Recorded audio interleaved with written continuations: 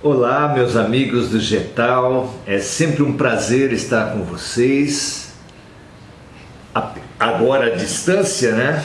Porque as circunstâncias nos obrigam.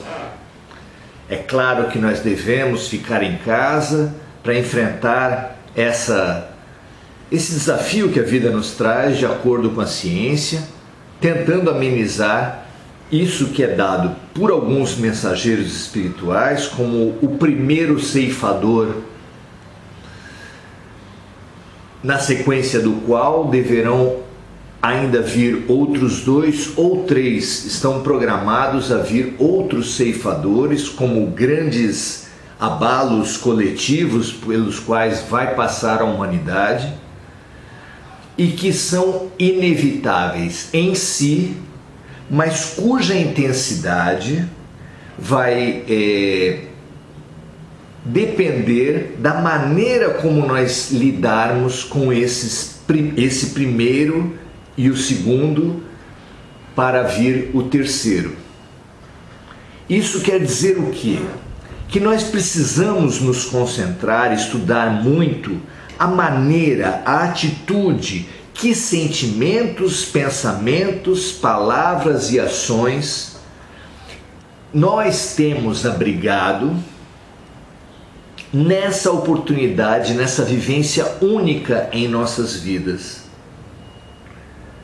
É muito importante que a gente perceba, para além do fato do isolamento social, dos cuidados, das informações, das estatísticas que nesse momento preenchem o nosso tempo, que a gente consiga ir além disso e olhar para nós mesmos e ver com que atitude, com que ponto de vista, qual tem sido a nossa posição dentro desse cenário, o nosso papel, que papel nós temos exercido, não é verdade?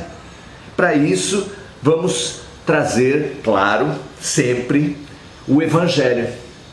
Porque, quem sabe, fixando essa mensagem, esse aprendizado, nós possamos amenizar o nosso futuro e fixar na nossa alma que muito mais importante que os fatos em si é a maneira através da qual nós enxergamos e vivenciamos esses fatos.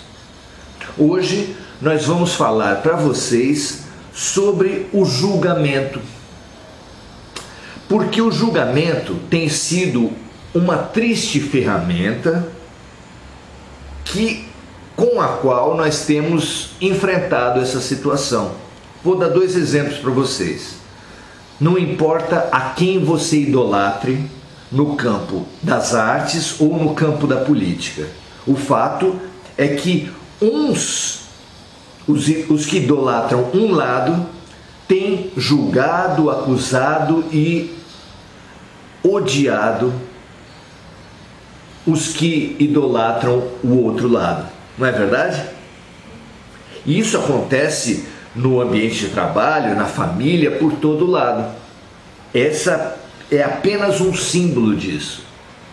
Mesmo as questões de prevenção à pandemia têm sido motivo de divisão, de julgamento, de acusação, de ódio. As pessoas se referem, quem faz a prevenção, usando máscaras, sai à rua usando máscaras e evitando aglomerações, volta para casa escandalizado, envenenado, enraivecido contra as pessoas que não adotam. E mesmo nas manifestações das pessoas que são contrárias ao isolamento social, você também percebe raiva, inconformismo contra aqueles que fazem. Não é verdade? Essa tem sido a nossa triste atitude que nós até aqui temos escolhido, e é para revermos essa nossa escolha que a gente raciocina hoje sobre um dos episódios dos evangelhos que mais nos indignam, que mais nos escandalizam. Porque para além da má interpretação, da perseguição, do julgamento e do assassinato de Jesus promovido por aqueles que na minha infância eu identificava como os homens maus, as pessoas que atacaram, que perseguiram, que julgaram Jesus, o que mais nos abala nos evangelhos e na vida é a traição e a negação daqueles que eram mais próximos. A traição e negação daqueles que são nossos amigos, nossos parentes, nossos próximos. A traição de Judas e a negação de Pedro. Isso nos abala, isso nos indigna. Não é verdade? No trecho de hoje, apenas para ilustrar, lá em Mateus 26, versículos 69 em diante, a gente lê assim: Ora, Pedro estava sentado fora, no pátio, e aproximando-se dele uma criada disse: Tu também estavas com Jesus, o Galileu. Mas ele negou diante de todos, dizendo: Não sei o que dizes. E saindo para o vestíbulo, outra criada o viu e disse aos que ali estavam: Este também estava com Jesus, o Nazareno. E ele negou outra vez, com juramento: Não conheço tal homem. E daí a pouco, aproximando-se os que ali estavam, disseram a Pedro: Verdadeiramente, também és dele, pois a tua fala te denuncia. Então começou a praguejar e a jurar, dizendo: Não conheço esse homem. E imediatamente o galo cantou.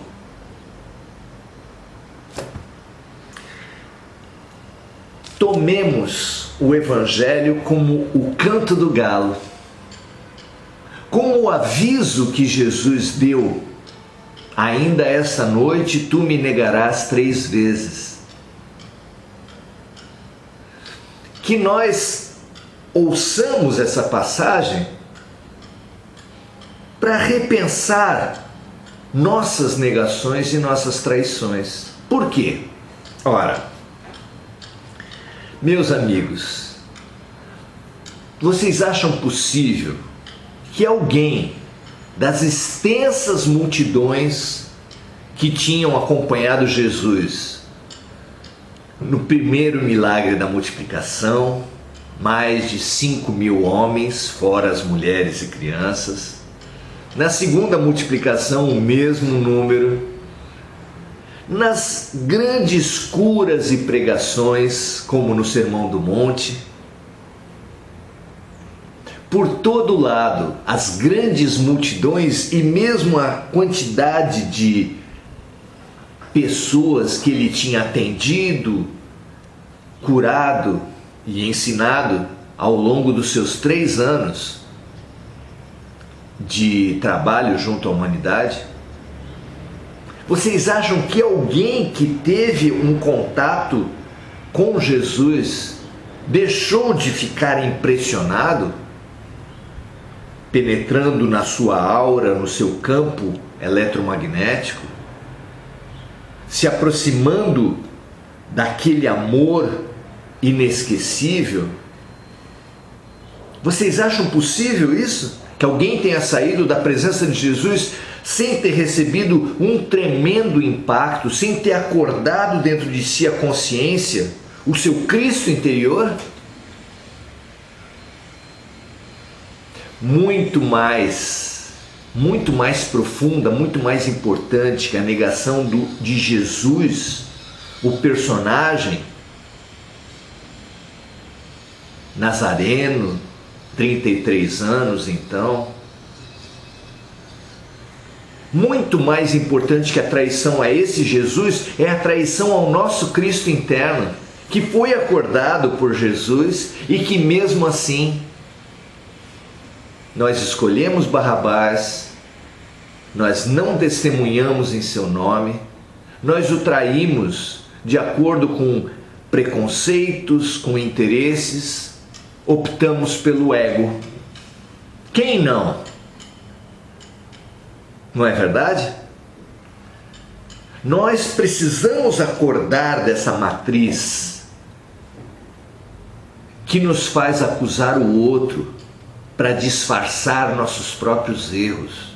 Não foi o que aconteceu com a mulher que foi apresentada a Jesus como tendo sido pega em flagrante de adultério? Isso não nos deveria impactar, já que nenhuma mulher, nenhuma pessoa pode ser pega sozinha em flagrante de adultério? Por que só ela foi apresentada? Será porque todos os seus acusadores eram homens e resolveram acusar a mulher?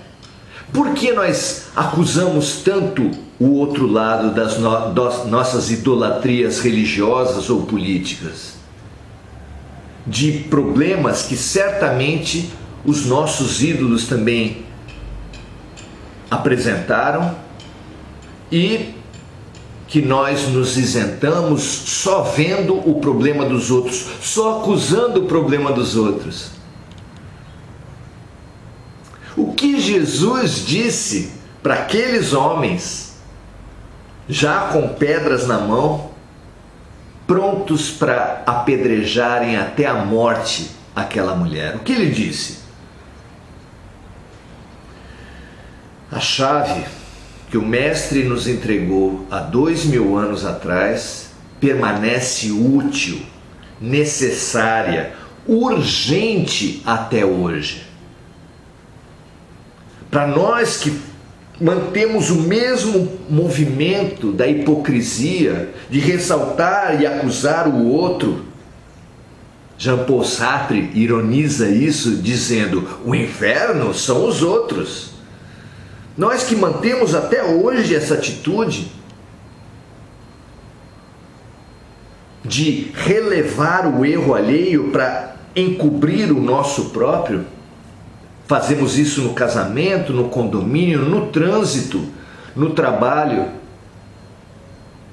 não só na política, na religião. Para todos nós, o Mestre inesquecível olhou e disse: aquele que estiver sem pecado, atire a primeira pedra. Jesus, Deus, não se interessa por esse julgamento e essa punição que nos obceca. Ele se abaixa então para escrever no chão e quando levanta, percebe que todos os acusadores, todo o grande grupo de acusadores tinha saído. Eles abriram mão das suas pedras. E então ele se levanta e fala com a mulher: onde estão os teus acusadores? Ninguém mais te acusa? Eu também não te condeno. Vá e não peques mais. O grande interesse de Deus para conosco é o mesmo interesse de nós para com nossos filhos quando eles erram. Nós não queremos humilhá-los, nós não queremos diminuí-los. Nós queremos apenas que eles não errem mais. Aprendam e não errem mais. Que nós aproveitemos a lição maravilhosa de, nesse primeiro ceifador, aprender com ele as lições da solidariedade, da introspecção, da autopesquisa, usando a meditação, usando a oração, usando a solidariedade e a compaixão. que nós aproveitemos o Evangelho para percebermos as nossas próprias traições e negações e deixarmos de acusar Pedro e deixarmos de malhar o Judas, simbólicos, que se apresentam através de todos os errados, no noticiário, nas redes sociais, em família, em todos os ambientes. Que daqui por diante, no nosso coração e na nossa mente, seja feita uma reprogramação mental que nos impeça de acusar para disfarçar os nossos problemas, que nos impeça de ressaltar o erro dos outros para encobrir os nossos próprios. Lembrando sempre da voz suave e amorosa que nos conclama: aquele que estiver sem pecado, que atire a primeira pedra. Graças a Deus, muito obrigado pela oportunidade e será um prazer nós voltarmos a trabalharmos juntos presencialmente proximamente. Um grande abraço a todos e até a próxima.